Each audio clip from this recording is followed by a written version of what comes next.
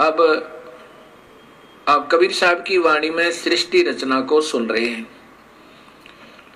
और साथ में गरीबदास जी उसका प्रमाण दे रहे हैं कि मैंने भी आंखों देखा उस कबीर परमात्मा की रजात है। और वही मैं आपको बता रहा हूं कबीर परमात्मा की ही रजा से। अब गरीबदास जी बता रहे हैं,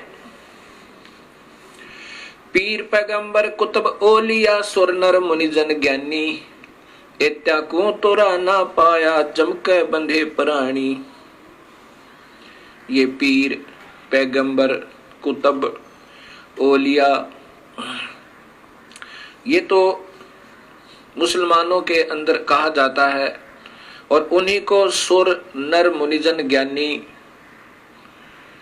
ये हिंदू उन्हीं का नाम है हिंदी भाषा में, और वो अरबी के अंदर पीर पैगंबर कुतुब ओलिया और हिंदी में सुरनर मुनिजन ज्ञानी।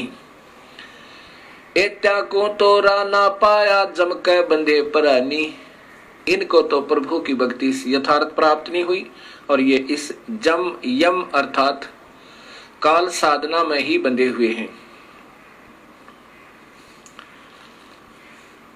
अब अपनी समर्थता बताते हुए कबीर परमेश्वर कह रहे हैं, काल अकाल दोहों को मोसो महाकाल सिर मुंडू।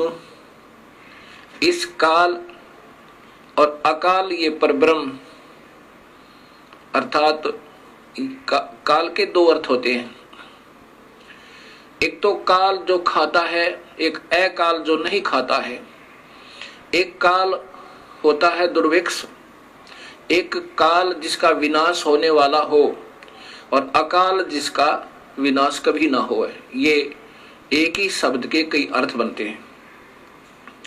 अकाल काल अकाल दोहों को मोसो महाकाल सिर मुंडो। मैं तो तख्त हजूरी हुक्मी ही चोर खोज को ढूंढू। कबीर साहब कहते हैं, हम ब्रह्मा विष्णु महेश को बुरा नहीं बताते और इनके बस की बात नहीं बेचारों की। ये तो ये काल यही महाकाल रूप में अपने 21वें ब्रह्मांड में रहता है। इन और ये दूसरे रूप में हर ब्रह्मांड के अंदर ब्रह्मलोक में भी यही रहता है। काल अकाल दोहों को मोसो महाकाल सिर मुंडो। मैं तो तख्त हजूरी हुक्मी ही चोर खोज को ढूंढू। हम तो उस जड़ को पकड़ेंगे, उस काल को, और यही कारण है दुखदाई, सब जीवों को यही दुखी कर रहा है।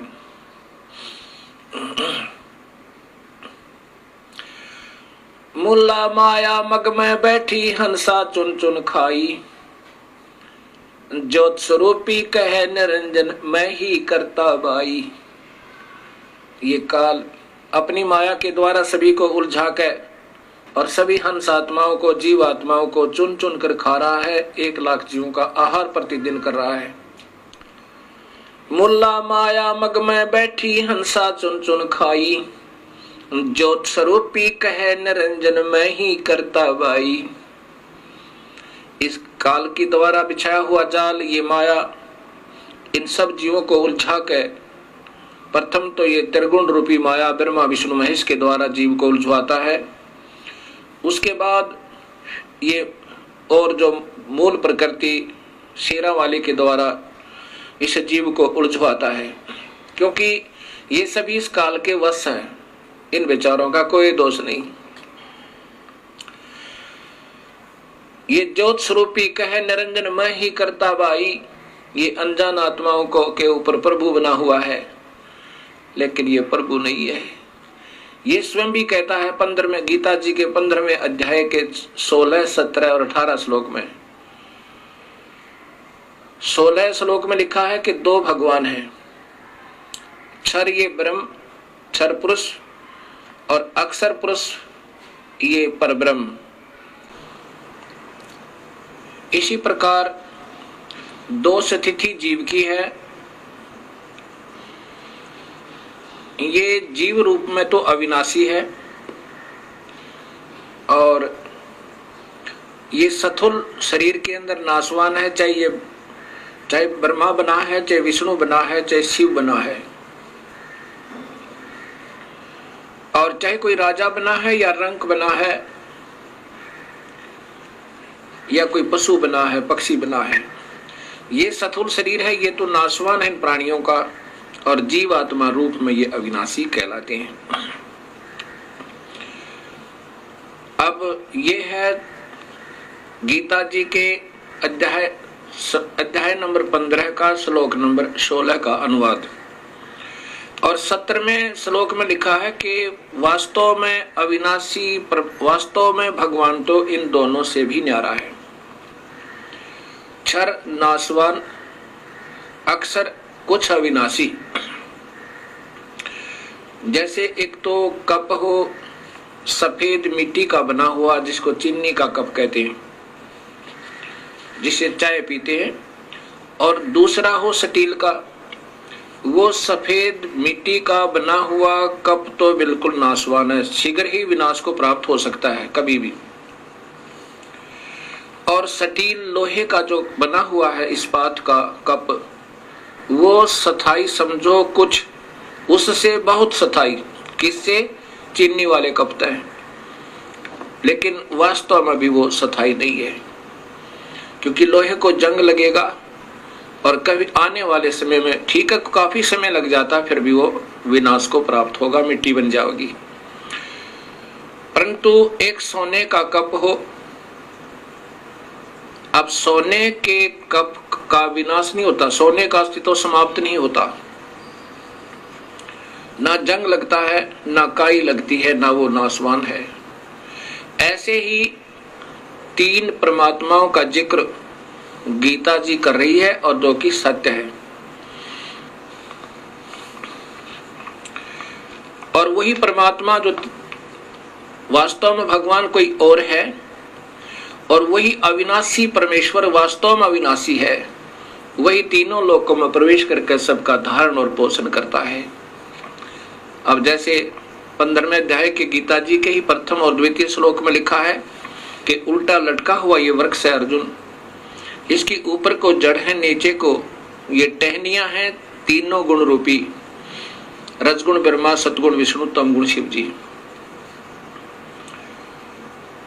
और वही सबका पालन करता है, पालन पोषण करता है, जो मूल परमात्मा है, जो पूर्ण ब्रह्म है, जो वास्तव में अन्य भगवान है। ये एक संसार रूपी वृक्ष का उदाहरण समझो। ये ऊपर उल्टा लटका हुआ एक वृक्ष, जिसकी ऊपर को जड़ है, नीचे को ये शाखाएं और ये तना, मोटी डार आदि हैं। अब सबसे ऊपर ये वो परमात्मा है जो वास्तव में भगवान है, ये जानो। ये पूर्ण ब्रह्म, ये स्वयं कबीर देव है, कबीर परमेश्वर है। और नीचे, इससे नीचे जो बाहर ये तना है, ये अक्षर पुरुष अर्थात परब्रह्म है। इससे आगे फिर ये टहनी जो मोटी डाल निकलती है, ये क्षर पुरुष अर्थात ये ब्रह्म, ये काल भगवान है। इससे फिर आगे ये तीन टहनियां बन गई, इसके पुत्र ब्रह्मा, विष्णु, शिव रूपी, ये इसकी शाखाएं हैं। अब ये ऐसे समझना है हमने सृष्टि रचना को, और यही गीता जी बता रही है।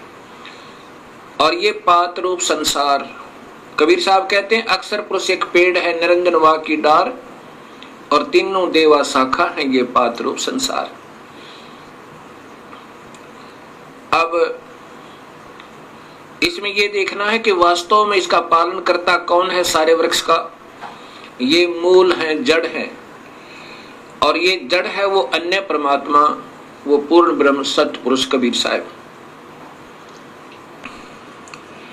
अब आप देखिएगा ये पवित्र गीता जी, और इसके अंदर आपको ये श्रीमद् भगवत गीता, गीता प्रेस गोरखपुर से प्रकाशित, ये वही पुस्तक है जो मैं आपको बार बार दिखा रहा हूं।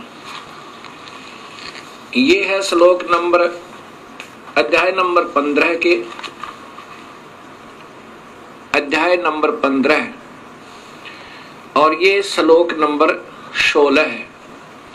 पहले इसकी ये मूल संस्कृत देखिएगा, सीधा सार्थ इससे बनेगा, क्योंकि इन सरलारकर्ताओं ने स्वयं इतना ज्ञान नहीं था कि ये सत्य को सत्य कह सके।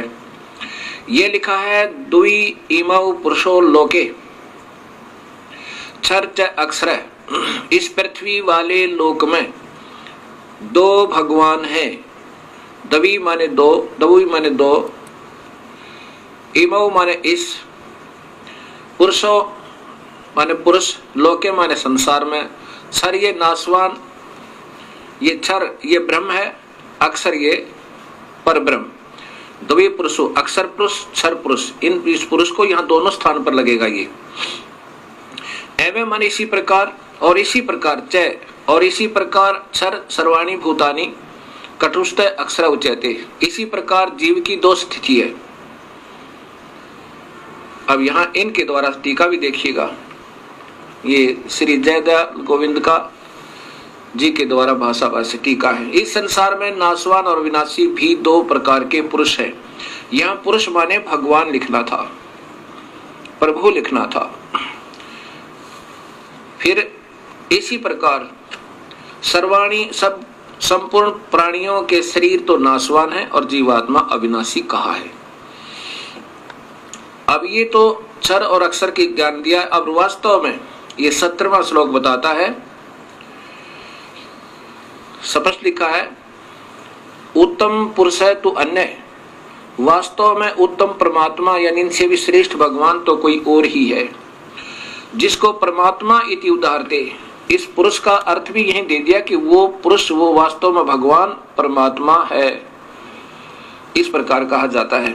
और वही अवम ईश्वरम, वही अविनाशी परमेश्वर इन तीन त्रिलोक में, इन तीनों लोकों में भी प्रवेश करके, अविश्वय माने प्रवेश करके, विभर्ति माने सबका पालन पोषण करता है, वो अन्य भगवान। अब इन्होंने कैसे किया है ये भी देखिएगा।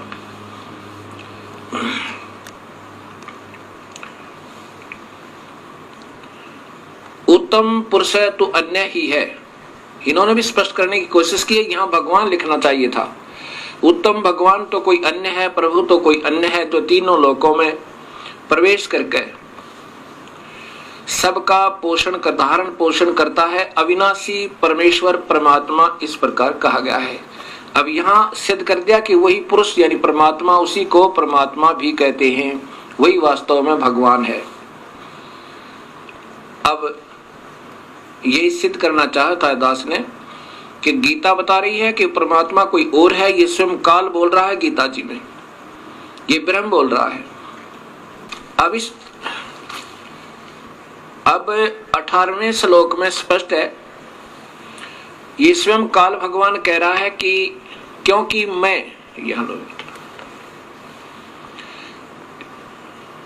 क्योंकि मैं नासवान जड़ क्षेत्र से तो सर्वथा अतीत हूं और अविनाशी जीव आत्मा से भी उत्तम हूं, इसलिए लोक में और वेद में पुरुषोत्तम नाम से प्रसिद्ध हूं। क्या बताना चाहा है, यही मैं आपको बताना चाहता था। लोक वेद क्या है? सुना सुनाया ज्ञान लोक वेद कहलाता है। अब ये ब्रह्म भगवान क्षर पुरुष अर्थात काल भगवान स्वयं स्वीकार कर रहा है कि मुझे तो केवल इसलिए भगवान कहते हैं, पुरुषोत्तम कहते हैं कि मैं इस जीव आत्मा से जो मेरे अंतर्गत है, मेरे ब्रह्मांड में 21 ब्रह्मांडों में है, वो चाहे जीव रूप में है, जीवात्मा रूप में, चाहे वो स्थूल शरीर में देव हैं, महादेव हैं, चाहे ब्रह्मा विष्णु महेश हैं, और भावे ये राजा और रंक है, और चाहे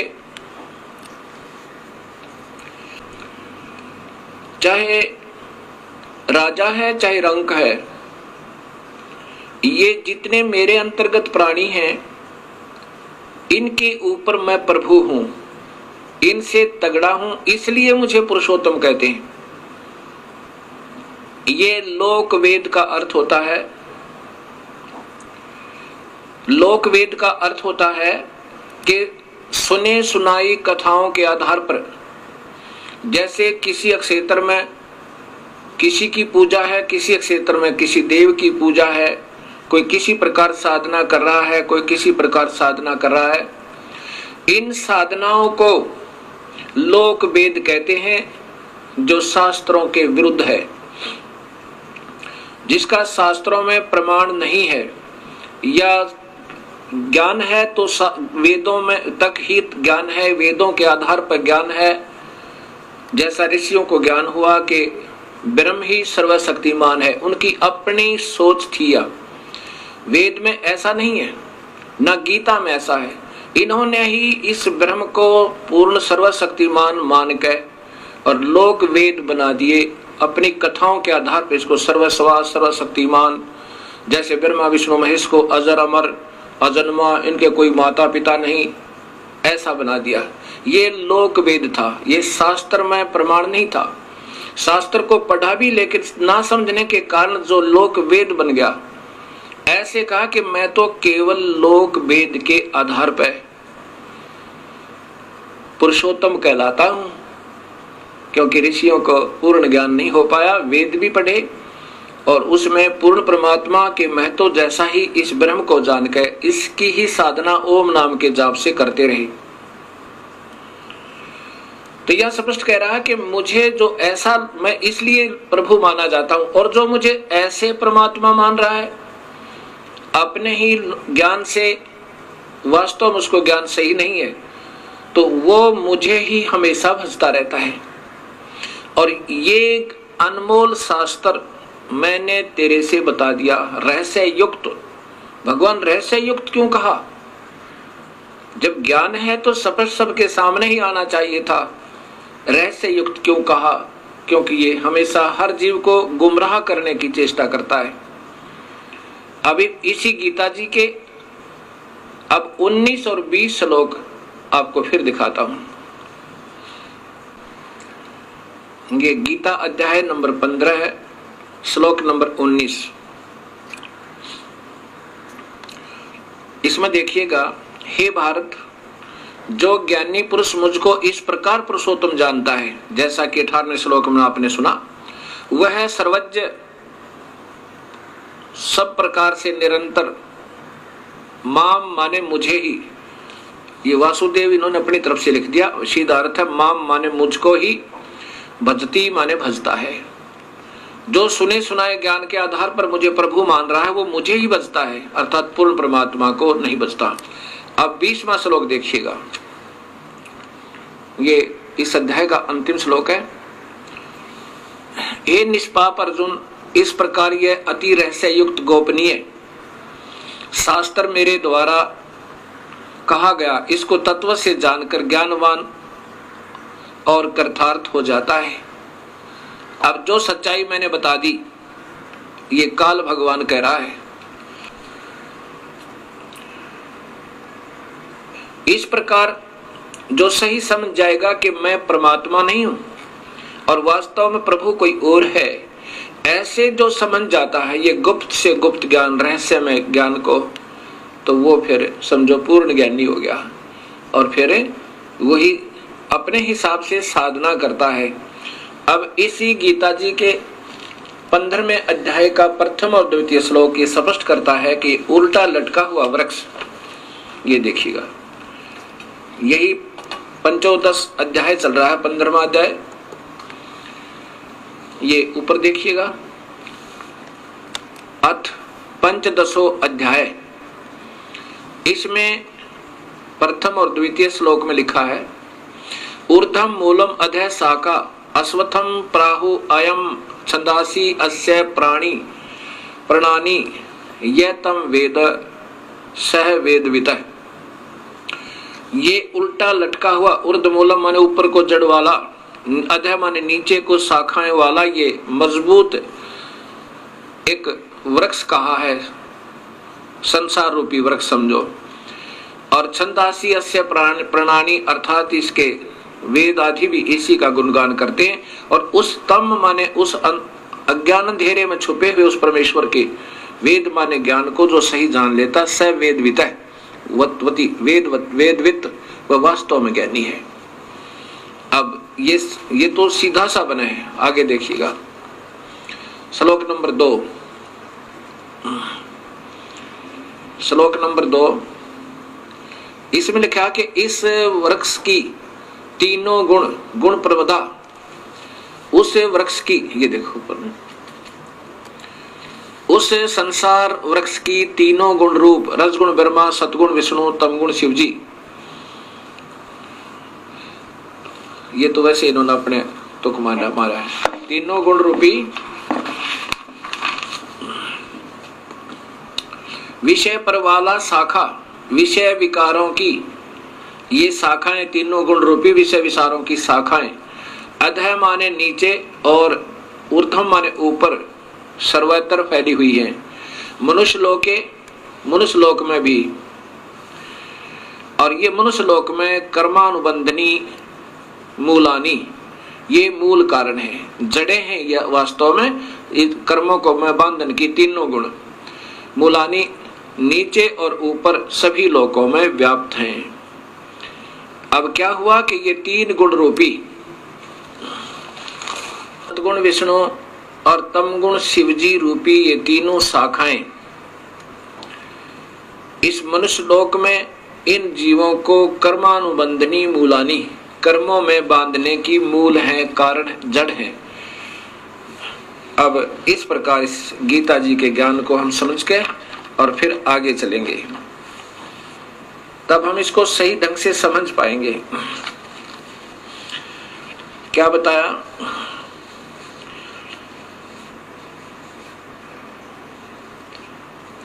मुल्ला माया मग में बैठी हंसा चुन चुन खाई, ये ज्योत स्वरूपी भया निरंजन, कह निरंजन मैं ही करता वाई।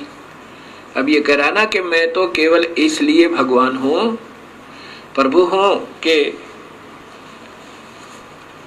इस जीवात्मा से तथा ये सथुर शरीर में प्राणियों से उत्तम हूं। तो यहाँ कहते हैं मुल्ला माया मग में बैठी हंसा चुन चुन खाई, ज्योत स्वरूपी बया निरंजन मैं ही करता वाई। एक न करता दो ना करता नौ ठहराए भाई, दसवां भी धुंधर में मिल जा सत्य कबीर दुहाई। अब इन्हीं विष्णु जी के अवतार 9 तो हो चुके हैं और 10वां अभी आएगा। वो नीकलंक नाम से विष्णुदत्त शर्मा के घर पर संभल नगरी में अवतार लेगा। एंड ऑफ द कलयुग, कलयुग के अंत में उसमें सभी प्राणी मांसाहारी, कर्तघनी और भक्तिहीन हो जाएंगे। उसमें मनुष्य की आयु 20 वर्ष की होगी, स्त्री और पुरुष की, जिसमें से 5 खंड होंगे। खंड का मतलब है कि 5 वर्ष, जैसे आजकल 100 वर्ष की आयु मानते हैं, तो 75 में 80 में आम व्यक्ति की मृत्यु हो जाती है। ऐसे उस समय 20 वर्ष की आयु होगी और 15 वर्ष में आम व्यक्ति मर जाया करेगा, यानी प्राण त्याग जाया करेगा।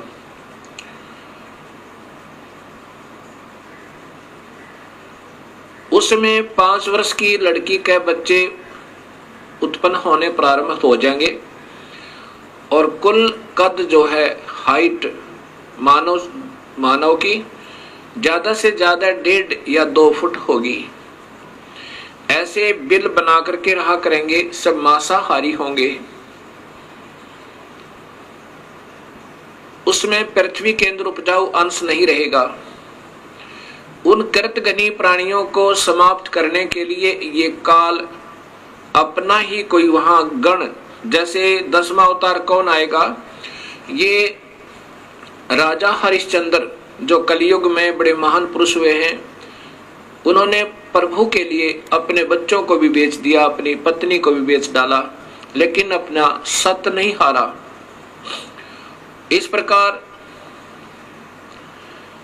अब वो उस समय की हुई अच्छी साधना के आधार पर स्वर्ग में है, और फिर स्वर्ग भोग के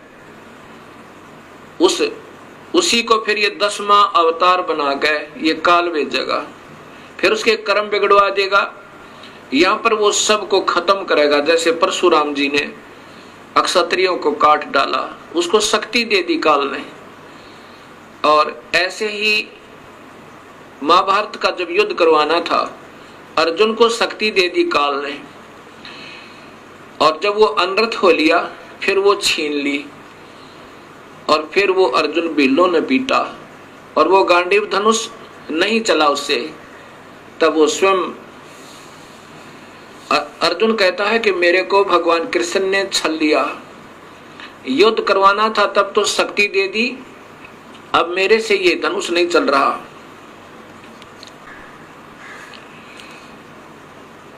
अर्जुन कहता है कि बड़ा छलिया है, लेकिन कबीर साहब कहते हैं कि भगवान कृष्ण छलिया नहीं है, वो नहीं चाहते ऐसा जुल्म करवाना। ये तो सब खेल काल खेल रहा है, और ये ब्रह्मा विष्णु महेश और इन्हीं के अवतार बनाकर वो काल इन सबको नचा रहा है। उसके पास रिमोट कंट्रोल है सबका। ये तो खिलौने हैं उस काल के सामने। वो 1000 भुजा का है वो काल भगवान ब्रह्म, और ये ब्रह्मा विष्णु महेश केवल 4 भुजा के, और ये इनकी माँ जो है अष्टंगी शेरा वाली दुर्गा, ये 8 भुजा की। अब ये देखना, एक तो 1000 हॉर्स पावर की मोटर हो, और एक 4 हॉर्स पावर की हो, एक 16 कला के हो, 16 हॉर्स पावर की मोटर हो, और एक 1000 कला की यानी पावर हॉर्स पावर की हो। कितना अंतर होता है। ऐसा ही इन सब के अंदर भिन्नता है।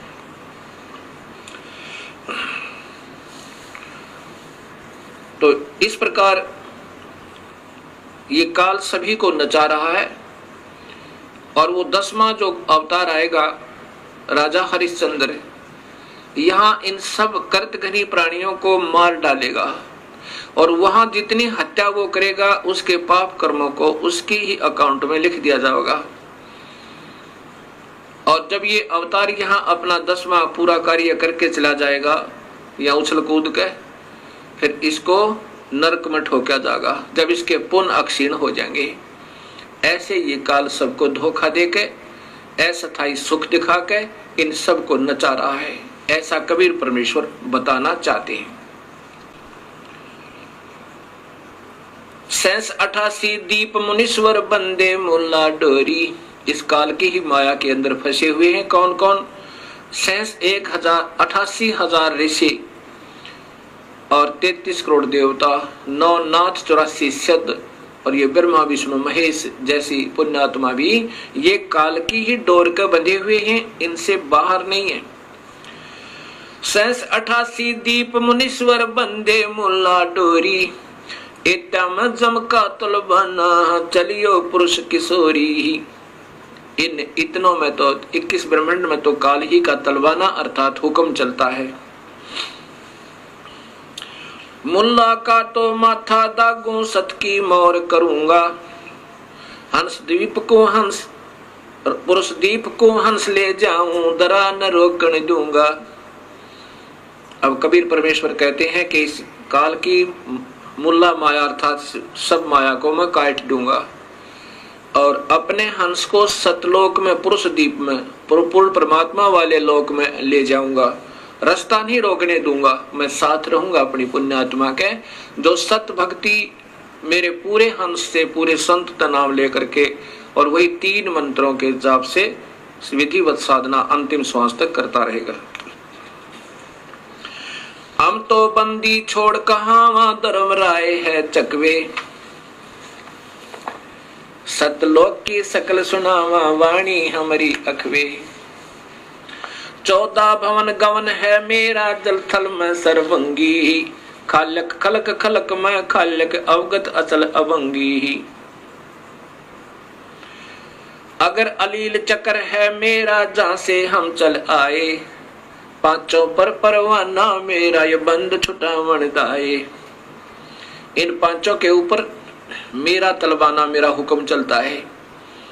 ब्रह्मा विष्णु महेश और माया और इस काल के ऊपर, ज्योत निरंजन के ऊपर कबीर परमेश्वर कहते हैं कि मेरा हुक्म चलता है। अगर अलील चक्र है मेरा, जहां से हम चल आए, सतलोक से हम आए हैं, और पांचों पर परवाना मेरा, बंद छुटावण दाए। जहां ओंकार निरंजन नाई, ब्रह्मा विष्णु वेद न जाई। जहां वेदों के आधार पर साधना करने वाले वहां नहीं जा सकते, और ना ही ये ब्रह्मा विष्णु महेश जा सकते। जहां ओंकार निरंजन नाही, ब्रह्मा विष्णु वेद न जाही। जहां करता ने जन भगवाना, काया माया पिंड ने पराना।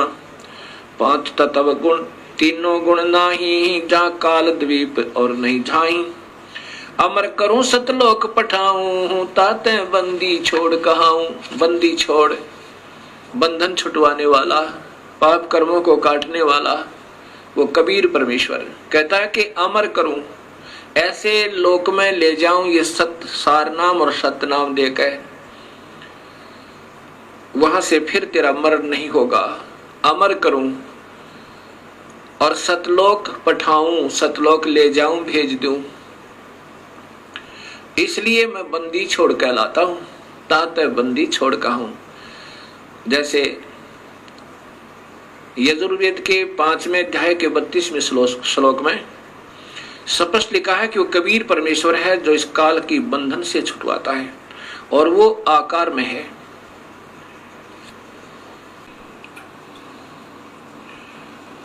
अब कबीर साहब कह रहे हैं कि अमर करूं सतलोक पठाऊं, ताते बंदी छोड़ कहाऊं।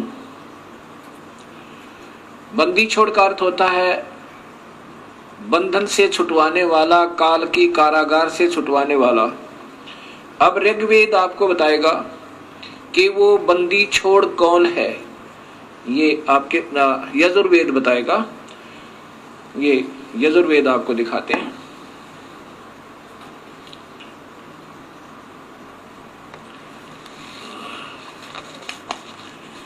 ये महर्षि दयानंद सरस्वती इनके द्वारा भाषा भाष्य है, इनका स्वयं भाषा भाष्य, इनका टीका किया हुआ है।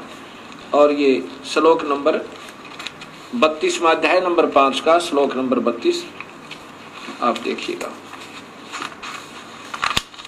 गेरा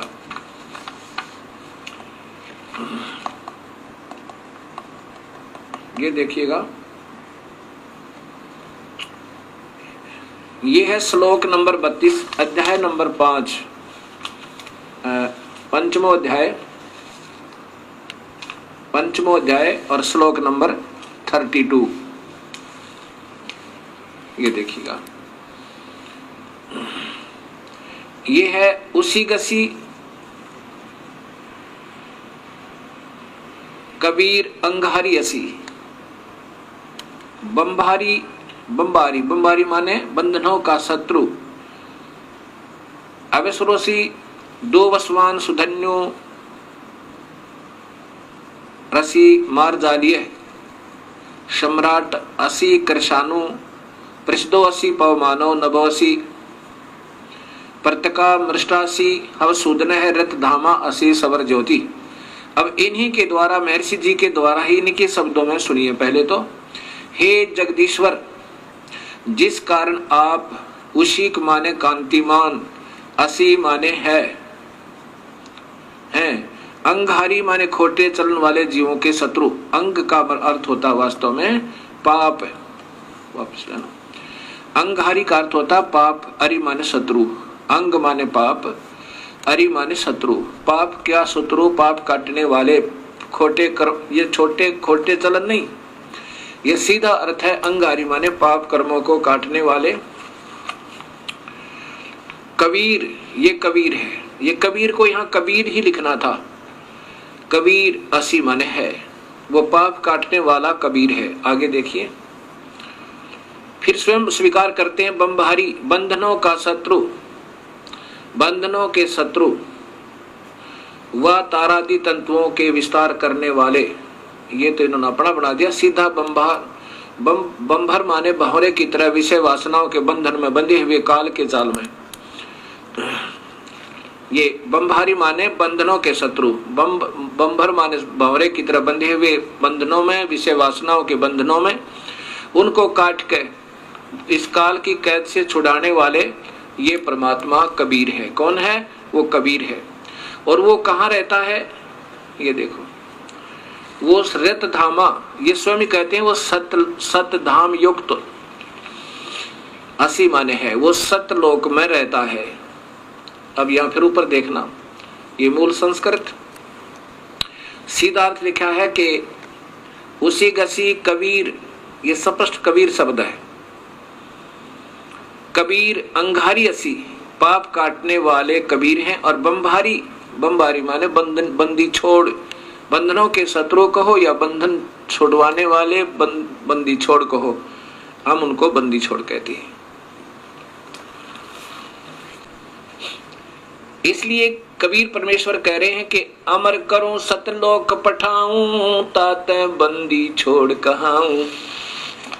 इसलिए मैं बंदी छोड़ कहलाता हूं।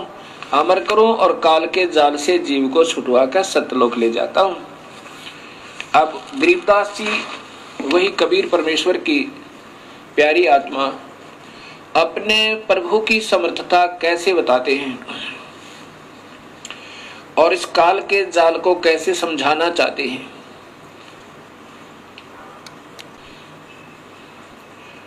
अब क्या बताते हैं?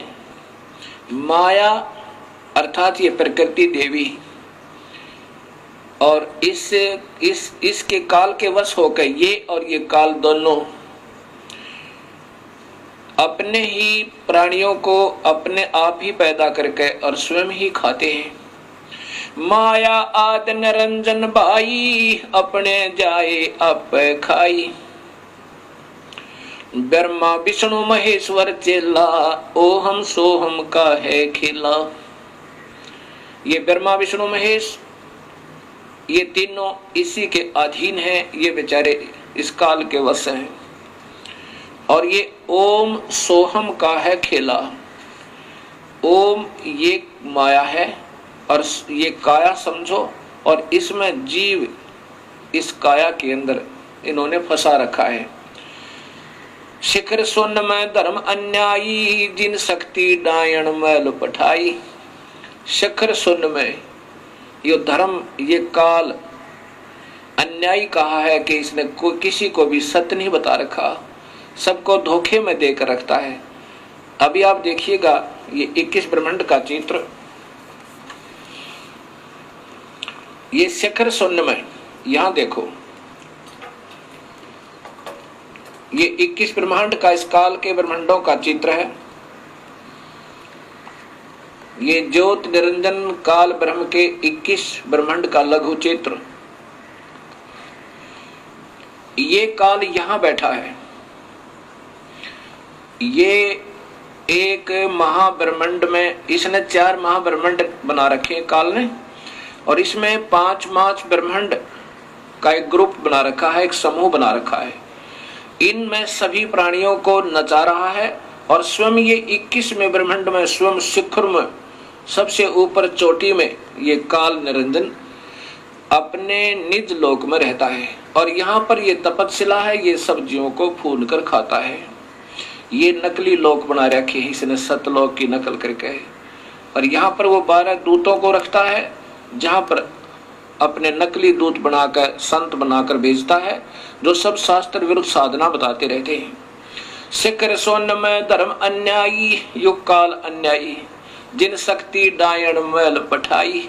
यहाँ पर अपनी शक्ति से, इस देवी से सभी ब्रह्मांडों में स्वयं ही एक एक ब्रह्मलोक बनाकर और वहां सबको नचा रहा है और ब्रह्मा विष्णु महेश की उत्पत्ति करता रहता है। शिखर सोन में धर्म अन्यायी, जिन शक्ति डायण मैल पठाई। लाख गिरा से नित उठ दूती, माया आद तकत की कुती। इस काल भगवान को कबीर परमात्मा बहुत बुरे शब्दों से लताड़ रहा है कि ये नीचात्मा इन सबको धोखा देकर ले आया यहाँ पे, झूठे लालच में, अभी इनको सब झूठे लालच में ही लगा रहा है। 1.25 लाख घड़िए नत भांडे, हंसा उत्पत्ति पर ले डंडे। ओए होए, 1.25 लाख रोजाना, 1 लाख को तो रोज खाता है ये काल, मानव शरीरधारी प्राणियों को, और 1.25 लाख की उत्पत्ति करता है। लाख गरा सैन्यत उठ दूती, माया आद तकत की कुती। यानी वहां से इसने गंदा कर्म किया, कुत्तों जैसा व्यवहार किया इस लड़की के साथ, इसलिए काल को वहां से निकाल दिया। और फिर कहा कि ये 1 लाख जीवों का रोज आहार करता है ये काल भगवान, जिसको ये नादान आत्मा सभी पूज रही हैं। और इसी के 3 पुत्र हैं, ब्रह्मा विष्णु महेश। 1.25 लाख घड़िए नत भांडे, हंसा उत्पत्ति पर ले डंडे। 1.25 लाख प्रतिदिन जीवों की उत्पत्ति करता है और 1 लाख का आहार कर लेता है। ये भक्त आत्मा हंस आत्माओं को जन्म और मरण के दंड से दंडित करता रहता है। ये तीनों चेला पटपारी, सरजे पुरुषा सरजी नारी। खोखापुर में जीव भुलाने, स्वप्ना विष्ट बैकुंठ। खोखापुर में जीव भुलाए, स्वप्न विष्ट बैकुंठ बनाए। इस खोखापुर में इस काल का लोक दिखा तो ये सतलोक जैसा है, यानी उसकी नकल कर रखी है। और ये सब ऊपर से कवर, खोखा माने कवर, वो तो ठीक लगता है सही ओरिजिनल माल जैसा, लेकिन अंदर माल डुप्लीकेट है। कीड़ी कुंजर और अवतारा, हरहट डोर बंधे कई बारा।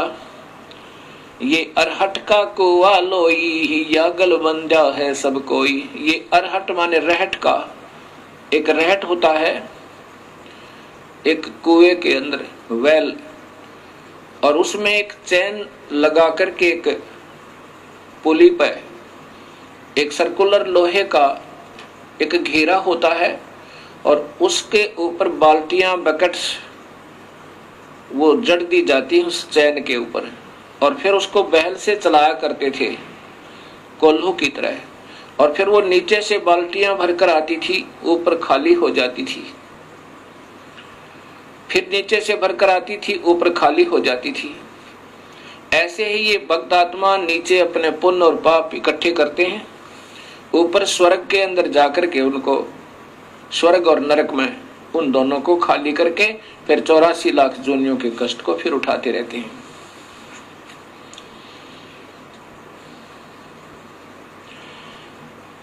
कीड़ी कुंजर और अवतारा, हरहट डोर बंधे कई बारा। कीड़ी यानी चींटी से लेकर और हाथी तक, और ये अवतार भी ऐसे ही काल के जन्म मरण रूपी रहट से बंधे हुए हैं। अरब अलील इंद्र हैं भाई, हरहट डोर बंधे सब आई। शेष महेश गणेश्वर ताही, हरहट डोर बंधे सब आही। ये शेष महेश, ये गणेश्वर, ये भी सब जन्म मरण के अंदर ही हैं, ब्रह्मा विष्णु महेश भी। शुक्रादिक ब्रह्मादिक देवा, हरहट डोर बंधे सब खेवा। शुक्रादिक ये शुक्राचार्य जैसे महापुरुष भी, और ब्रह्मादिक ब्रह्मा विष्णु महेश आदि, ये भी इस जन्म मरण की रहट की डोरी में सब बंधे हुए हैं। कोटिक करता फिरता देखा, हरहट डोर कहूं सुन लेखा। ये चतुर्भुजी भगवान कहाँ में, हरहट डोर बंधे सब आवे। ये चतुर्भुजी भगवान कहाँ में, ये 4 भुजा के भगवान ब्रह्मा विष्णु महेश कहलाते हैं। ये भी इस जन्म मरण के चक्कर रूपी रहट की डोरी से बंधे हुए हैं। ये है खोखापुर का कुआ, इसमें पड़ा सो निश्चय मुआ। ये वो बहुत ही निम्न सत्र का स्थान है, इसमें जो भी हो गया, पैदा हो गया, वो मरेगा, और मर गया उसका जन्म अवश्य होगा। ये सृष्टि रचना कबीर परमात्मा ने स्वयं सुनाई और साथ में सभी शास्त्रों में अब काल का प्रमाण, अब काल का प्रमाण आप स्वयं देखिए गीता जी के अंदर। ये ब्रह्म काल सत्पुरुष स्वयं अपने आप को कहता है कि मैं काल हूं। श्रीमद् भगवत गीता, गीता प्रेस गोरखपुर से प्रकाशित है, वही पुस्तक है ये। इसमें अध्याय नंबर 11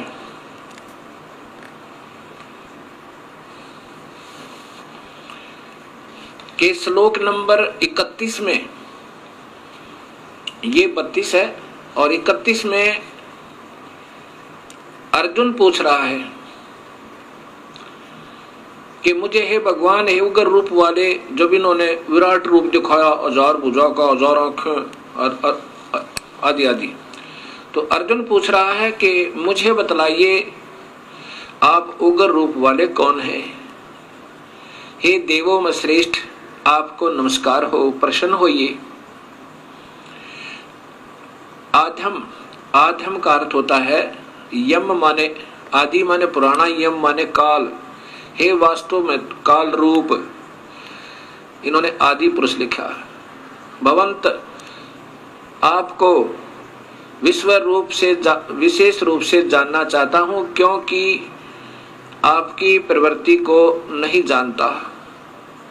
अब देखो, अर्जुन पूछ रहा कि आप कौन है, तो स्वयं ये ब्रह्म कहता है।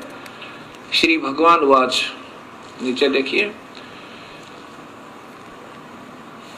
अर्जुन के पूछने पर श्री भगवान बोले, हे अर्जुन, मैं लोगों, ये 32वां श्लोक है, ये देखिएगा, ये 32वां श्लोक है। लोगों का नाश करने वाला बढ़ा हुआ काल हूं। ये तो बड़ा चला के लिखते हैं, काल है, महाकाल लिख दिया। मैं काल हूं, इसमें इन लोगों को नष्ट करने के लिए प्रवृत्त हुआ हूं।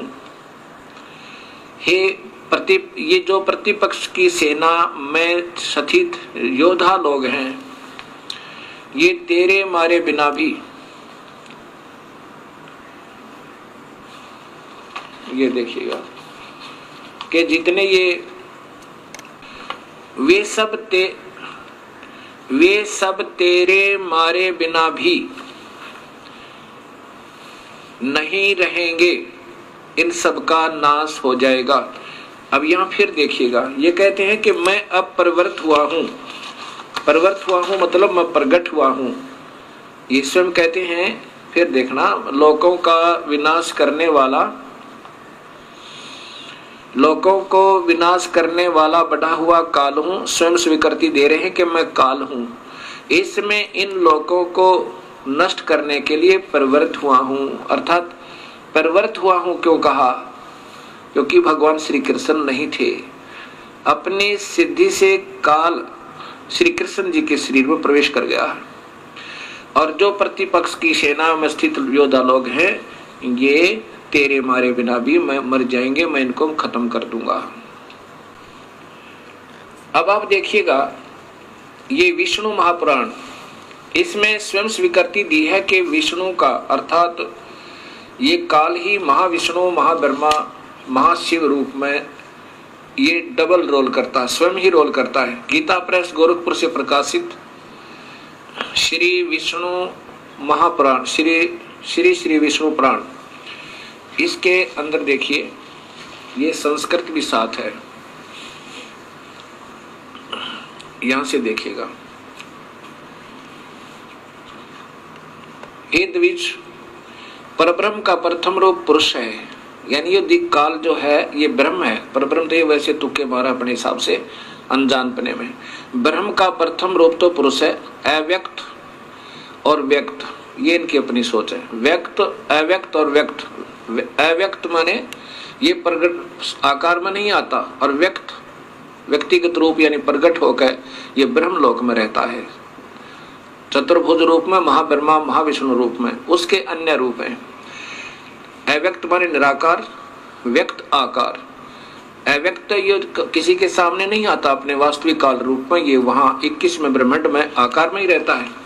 और यहाँ व्यक्त महाब्रह्मा महाविष्णु महाशिव रूप में, ब्रह्मलोक में व्यक्त रूप में, आकार रूप में रहता है। उसके अन्य रूप हैं, तथा काल उसका परम रूप है। असली रूप काल है। किसका? उस काल का, ज्योत स्वरूपी निरंजन का। अब यहां देखिएगा कि भगवान विष्णु जो व्यक्त अव्यक्त पुरुष काल रूप से स्थित होते हैं। व्यक्त, अब जैसे ब्रह्मलोक के अंदर ये महाब्रह्मा महाविष्णु शिव रूप में, ये व्यक्त रूप में है। अव्यक्त ये गुप्त रूप में कृष्ण में प्रवेश कर गया, पुरुष और काल रूप से स्थित है। एक तो भगवान जैसा दिखे और वास्तव में ये काल है। और यहां देखिए ये द्विज काल रूप भगवान अनादि है, इनका अनंत नहीं है, इसलिए संसार की उत्पत्ति स्थिति और प्रलय भी कभी नहीं रुकते। अब यहां देखिए पुरुष के प्रकृति से पृथक सतीत हो जाने पर ये काल इस देवी को छोड़कर और 21वें ब्रह्मांड में चला गया। हो जाने पर विष्णु भगवान का काल रूप परिवर्त होता है।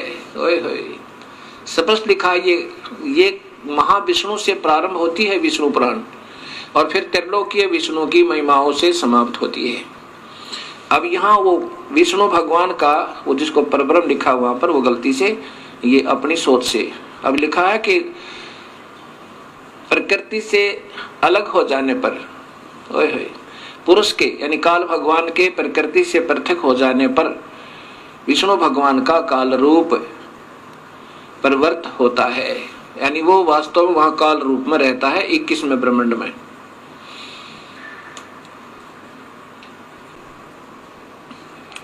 अब ये सामने देखिएगा एक ब्रह्मांड अंड का लघु चित्र,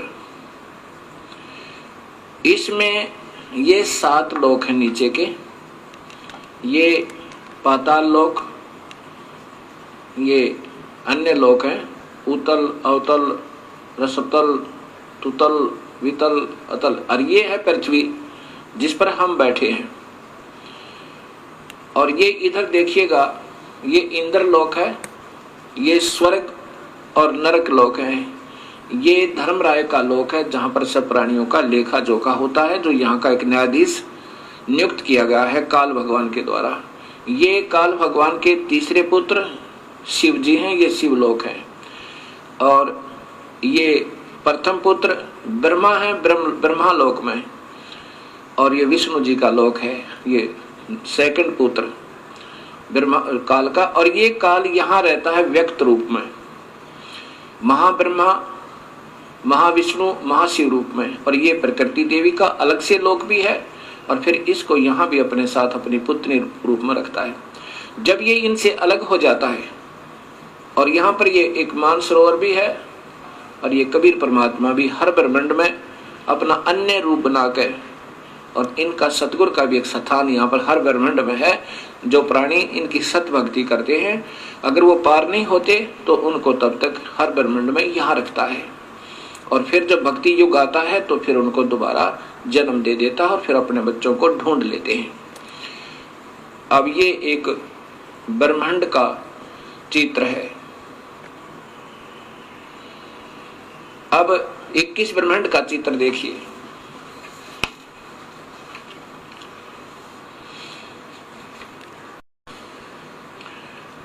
अब यहां ये देखिए पूरा का पूरा। अब क्या कहा विष्णु पुराण में कि जब ये प्रकृति से भिन्न हो जाता है, हर ब्रह्मांड में अपने उत्पत्ति करके, ये एक ब्रह्मांड है, ये 5 महाब्रह्मांड का ग्रुप है, 5 ब्रह्मांड का, और एक महाब्रह्मांड बनाया हुआ इस काल ने। इस एक एक ब्रह्मांड में अपनी पत्नी के साथ रहकर एक एक ब्रह्मा एक विष्णु एक शिव की उत्पत्ति करके एक ब्रह्मांड की शुरुआत कर देता है।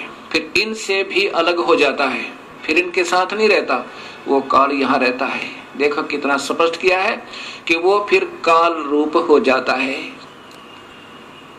इस 21वें ब्रह्मांड में। तो यहाँ गरीबदास जी कहते हैं शिखर सुन मधुरम अन्यायी जिन शक्ति डायन मैल पठाई। इसको छोड़ के प्रकृति से ये दबाव से काम लेता, जबरदस्ती बाई फोर्स। ऐसे ही सभी तीनों पुत्रों को रजगुण सतगुण तमगुण बनवा दिया। अब ये बेचारे क्या करें, जैसे मिर्च बन गई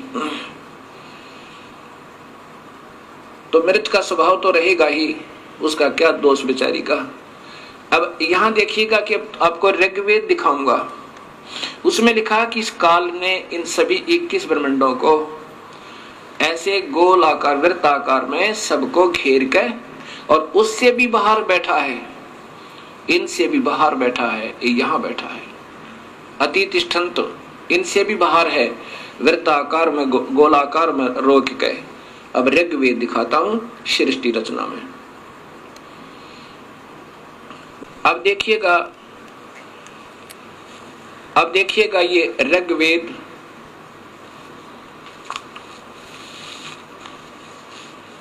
ये महर्षि दानंद सरस्वती द्वारा भाषा भाष्य है। इन्होंने भी सत्य को छुपाते छुपाते भी नहीं छुपा पाए, क्योंकि इनको स्वयं ज्ञान नहीं था कि परमात्मा वास्तव में है कौन। अब ये देखिएगा ऋग्वेद मंडल नंबर 10 और सूक्त नंबर 90 इसमें देखना संस्कृत स्पष्ट बता रही है। यहां देखिए सहस्रा शीर्षा सहस्रा अक्षय सहस्र पात है स भूमि विश्वस्तो वृत्वा।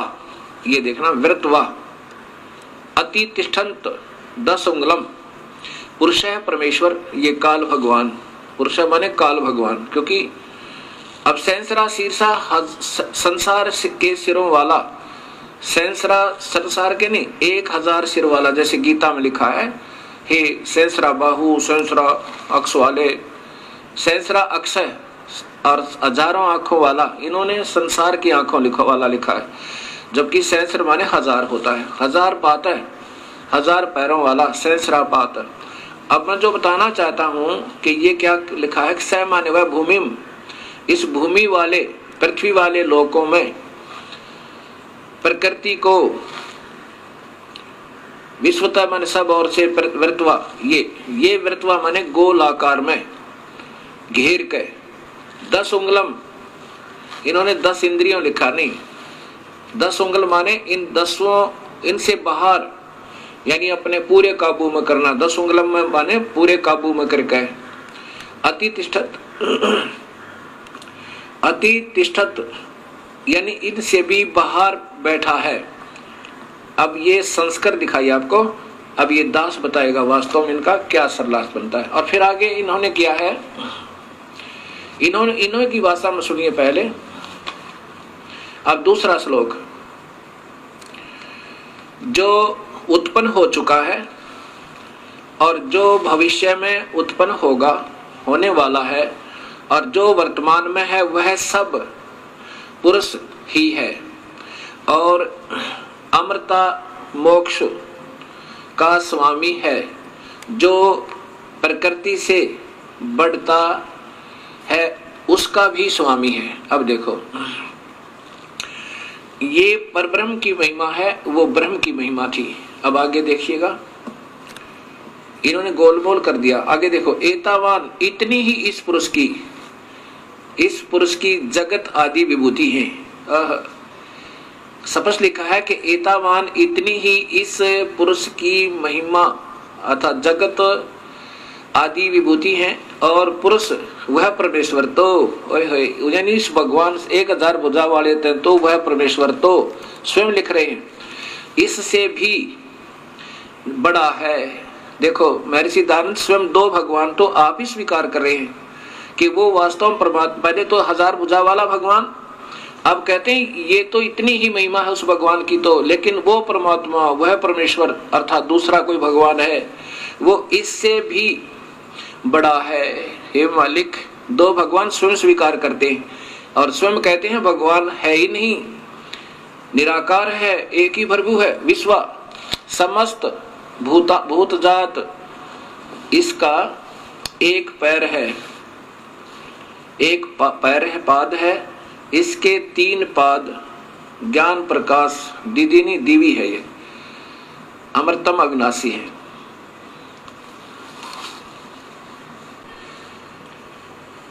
अब ये ऋग्वेद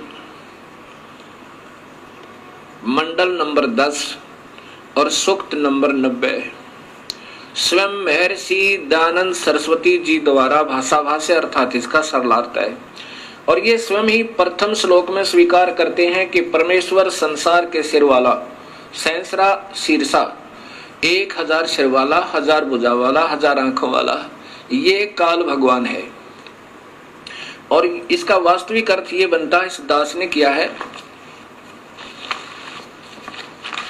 कि पुरुष विराट रूप काल भगवान अर्थात क्षर पुरुष, 1 सहस्रा शीर्षा, 1000 सिर वाला, 1000 आंखों वाला, 1000 पैरों वाला, वह काल भूमि मन पृथ्वी वाले 21 ब्रह्मांडों को विश्वस्तः माने सब औरतें, विश्वस्तः माने सब ओर से जबरदस्ती घेर के, विश्वस्तः 10 उंगलम, 10 उंगलम माने बिल्कुल पूर्ण काबू करना, यानी 10 उंगलों के बीच में रख लेना, उसको पकड़ लेना, जकड़ लेना। 10 उंगलम का अर्थ ये है पूर्ण रूप से घेर के,